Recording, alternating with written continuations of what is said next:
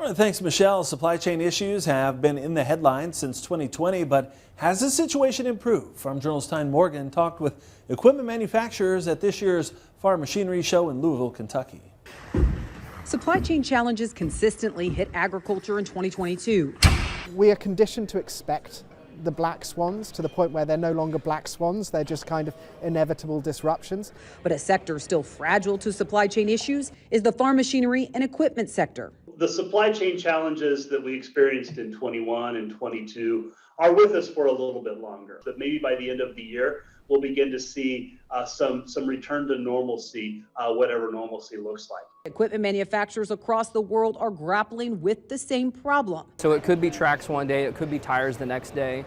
We have a lot of very unique, high value custom castings, a heat-treated custom casting that you can't just go get, and it's a very unique supplier. A little bit of a whack-a-mole strategy. It's always something new. Something new is coming up every time, and it just happens to be that, castings are our current issue and the current challenges, but it's always something different. AEM recently conducted a survey of its members showing the biggest supply issue in the ag sector is tracks, and those included components. And it's semiconductors and chips proving to be an issue for both agriculture and construction. No matter what the item is in scarce supply, the problem is bigger than one part or one company. The underlying issue with all supply chain challenges are labor. AEM recently surveyed 179 equipment manufacturer executives about the supply chain late last year. 98% of respondents say they still face supply chain issues, with more than half experiencing supply chain conditions growing worse, not getting better.